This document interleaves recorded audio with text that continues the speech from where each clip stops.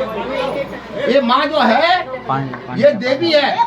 ये 9 महीने, एक दिन नहीं 2 दिन नहीं, 9 महीने रेगुलर अपने पेट में 9 किलो का, 2 किलो का, 5 किलो का, 2.5 किलो का बट्टा पेट में रख करके वो घूमती है। नहीं घूमती है? घूमती है। ऐसे माता को सम्मान मिलना चाहिए, नहीं मिलना चाहिए? मिलना चाहिए। लेकिन अज्ञानता में हम कहाँ से किसको सम्मान दे रहे हैं? कंकड़ पत्थर के देवी देवता को सम्मान दे रहे हैं, जबकि तजुर्बे से अध्ययन पथ से पता लगा कि वास्तव में असली माता मेरे घर में ही रहती है। हम उसको सम्मान।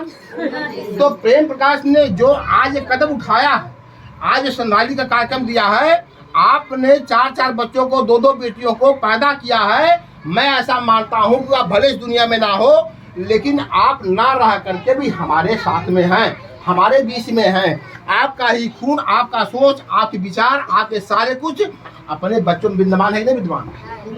हाँ? तो आप मतलब ना रह के भी हमारे साथ में है, नहीं है? तो आप अगर तो ऐसे देवियों को सम्मान होना चाहिए ना। ऐसा कार्यक्रम इस गांव पहली बार हुआ, कई बार हुआ? पहली बार हो रहा। इसका मतलब प्रेम प्रकाश की बुद्धि जाग गई है, बुद्धि जाग गई है, इनको चेतना आ गई है, इनको सही गलत की पहचान हो गई है। तब इन्होंने आज अपनी माता को देवी समझ करके आज पूजा किया। तो पूजा का इतना मतलब है, हर जगह आपको सर नहीं झुकाना चाहिए। कहाँ झुकाए थे? जो आदरणीय है, जो वंदनीय है, जो पूजनीय है, ऐसे लोगों के सामने ही सर झुकाना, सबके सामने सर नहीं झुकाना। तो ये जो कार्यक्रम है, ये संधाली का कार्यक्रम। मैं विलम्ब होने की वजह से बहुत ज़्यादा बातचीत नहीं कर सकता आपसे। कम से कम इस विषय पर चर्चा करने के लिए कम से कम 2-2.5 घंटा समय होना चाहिए, तो तभी जाके बात क्लियर हो जाएगी। तो एक बात जान लीजिए कि पिता जो होता है वो देवता होता है। पिता जो होता है देवता होता है। सर्दी गर्मी बरसात में तब करके भी करके और जो है परेशान होकर के अपने बच्चे के लिए रोटी, कपड़ा, मकान, पढ़ाई लिखाई व्यवस्था करता नहीं करता? करता है। अगर वो सर्दी गर्मी बरसात में तब करके ठिठुर करके और प्रयास करके जो अपने बच्चे को पढ़ाता लिखाता है, तो ऐसे पिता को हमें प्रणाम नमस्कार करना चाहिए। जिस माता ने हमको 9 महीने गर्भ में पाला हो, इतना ही नहीं, पैदा होते तमाम माताएं मर जाती हैं, तमाम बहनें मर जाती हैं। इतनी सहनीय क्रिया होती है। किसी मर्द के अंगुली में थोड़ा सा चोट लग जाए, थोड़ा सा खून निकल जाता है, उस पर टाका लगता, मरहम पट्टी लगता है। लेकिन माताएं बहनें हमारी जो है हर महीने महामारी के दौरान बहुत सारा खून के शरीर से निकल जाता है।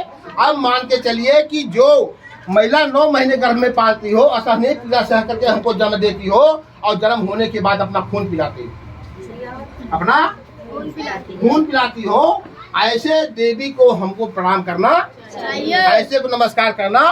तो ऐसी की पूजा होनी जरूरी। ये कार्यक्रम जो है जो चल रहा है, तो हम इतने बताना चाहते हैं। भगवान बुद्ध कहते हैं बुद्धं शरणं गच्छ। तो बुद्ध ने कहा संसार में जो भी ज्ञानी हो, जो भी विज्ञानी हो, जो लोग जानकार है, जो समझदार है, ऐसे लोगों की शरण में हमको जाना, बुद्धि शरण में हमको जाना। बुद्ध माने ज्ञान होता। बुद्ध कोई वस्तु नहीं है, कोई व्यक्ति नहीं है, कोई चीज नहीं है। बुद्ध माने ज्ञान। अब प्रेम प्रकाश का ज्ञान जाग चुका है। क्यों? क्योंकि इन्होंने देवी देवताओं की ना पूजा करके अपनी माता जी की पूजा कर रहे हैं। तो माता जी की पूजा क्यों कर रहे हैं? क्योंकि माता जी ने आपको जन्म सर्दी गर्मी से बचाया है। तो निश्चित तौर से ऐसे माता पिता का हमें सम्मान करना। एक प्रकार से श्रद्धांजलि समारोह है, दूसरी प्रकार से ये मान के चलिए कि ये शोक सभा भी है। अब सवाल ये पैदा होता है, 2-3 विषय में चर्चा खत्म कर दूंगा। यह संसार में हमारा जन्म क्यों होता है? ये संसार में किसी के जन्म क्यों होता है?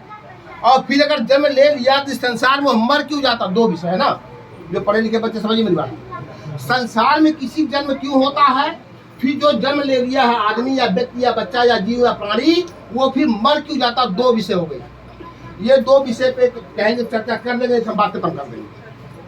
तो ये संसार में भगवान बुद्ध कहते हैं अनुवन नर्तनशील हिले मिले बिरगाए भाव परिवर्तनशील संशय मनाए नशाएं। संसार में क्षण प्रतिक्षण सब कुछ बदल रहा है, भरे हम